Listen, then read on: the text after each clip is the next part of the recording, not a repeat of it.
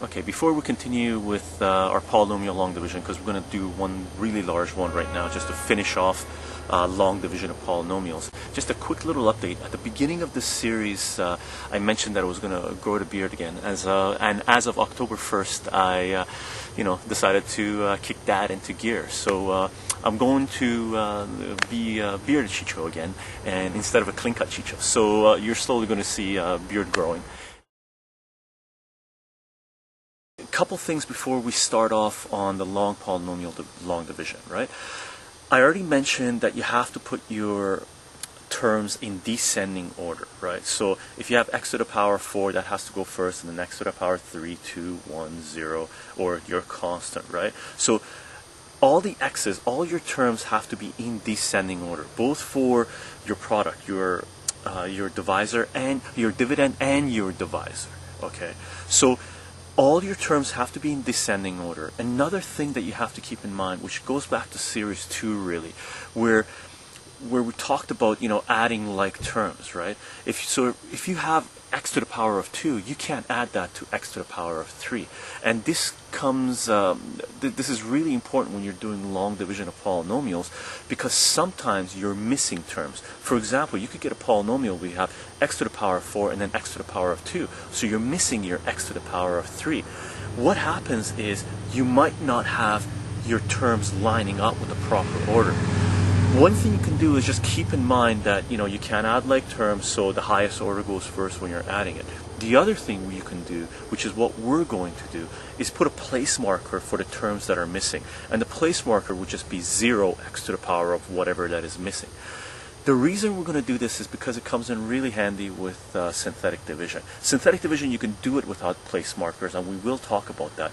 But it comes in super handy for synthetic division, and we're going to do it for polynomial long division as well, okay? So we're going to put place markers for any terms that we're missing when we're putting them in descending order, okay? So for example, if we had the following, now this isn't the one that we're going to complete, okay? This is just to show you how you place the place marker, or put in the place marker, okay? So if we had the following long division that we had to do.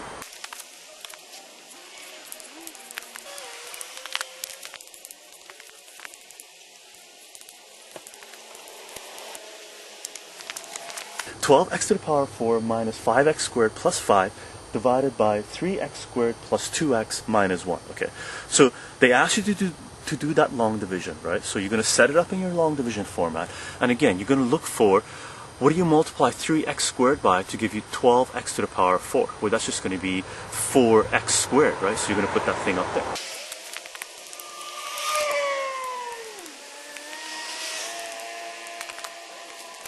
So we multiply 3x squared by 4x squared, and we're going to get 12x to the power of 4.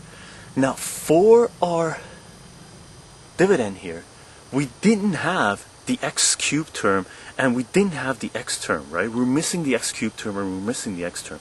So what we did when we laid it out here, we put in 0x cubed, and we put in 0x here, and those are our place markers. That way we don't make a mistake of adding 8x cubed with negative 5x squared, right? Because if we didn't put those place markers there, this guy would be here and the 5 would be here, and we might make a mistake of doing that. Okay, so what we do, we put place markers there, that way everything lines up with descending orders. Now, if your first term in your numerator in the top here was a really high order, let's say it was x to the power of 27 and the next one at x to the power of 12, you're not going to sit there and put zeros, place markers for all the descending orders going down, right? All you're going to do is make a mental note that, from series 2, you already know that you can only add like terms, right? So you have to, keep in mind that you cannot add terms that don't have the same power. You can only add like terms, and you would forget about putting the place markers in, and just keep that in mind. And when you're doing your subtraction or addition, what you would do is just make sure you're adding like terms, right? Right now, and the odds are you're not going to get too many questions, or you're not going to deal with too many polynomials where you have, x to the power of 27 and x to the power of 11 or something like this, right? You're not going to be missing too many terms between your terms, right? So what we do initially right now, just to get the process going, so we learn how to do it, and then later on for more complex polynomials we can just keep a mental note that you can only add like terms. So for these types of polynomials, all we do, questions that are low power, all we do, we put place markers here. Okay, so what we can do right now is we put the place markers in, multiply the whole thing out, and if you had anything missing in your divisor as well, right, in your denominator, you would also put place markers in the denominator as well, right? So what we do is multiply the 4x squared by, this guy, this guy, this guy. We get this term here, change all the signs and add them.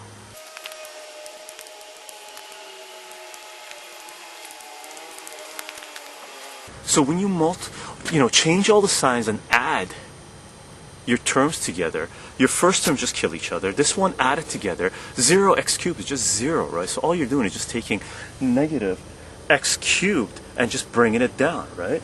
The other term, you add, negative 5x squared plus 4x squared, which is going to be negative x squared. And what I do, as soon as I finish that, I bring all the terms down, okay? Over on this side, I bring everything down. That way, you don't have to continuously look up. Right? So again, your question you're going to be asking yourself is, what are you going to multiply 3x squared by to give you negative x cubed? Okay. Now these 3 and 8 don't go together very evenly, right? And some people have a problem with this. So one thing you got to keep in mind is you can always get fractions up here. And we're basically going to stop doing this right now, but what I'm going to show you is how to figure out what you multiply 3x squared by to give you negative x cubed, okay? And this is the way you should be really thinking about it, right? So what you're asking yourself is, the box is what? What are you going to multiply 3x squared by to give you negative 8x cubed? So all you do to figure out what goes inside the box is divide both sides of the equation by 3x squared. And your result is going to go there, right? Negative 8x cubed divided by 3x squared. The x squared reduces the x cubed down to x. So just kills the power in the 3 to 1. And these guys you can't reduce anymore, so it just stays negative 8 on top and 3 in the bottom. So what goes up top is going to be negative 8x divided by 3. So what you can do is figure out what you multiply 3x squared by to give you negative 8x cubed, and you just put that thing there just by doing, you wouldn't do this exactly at the bottom of, your long division format. You would take this and do it on the side, right? That way you leave enough, you're leaving your workspace empty so you can continue your work. So that's how you figure out if you have fractions, if you have things that don't multiply evenly together. That's how you figure out, what you're going to multiply them by to give you your, terms that you need to be able to eliminate your first term in, whatever the process is when you're doing the long division, okay? Now, let's, go find a bigger space and do, a large polynomial long division, and we're going to write out the division statement, and we're also going to look at it graphically to show what it looks like graphically, what it means graphically when you're writing out the division statement, which is just basically taking one function, multiplying by another function, and then adding another function to give you your, numerator, your original function, or whatever you're starting with in here, okay?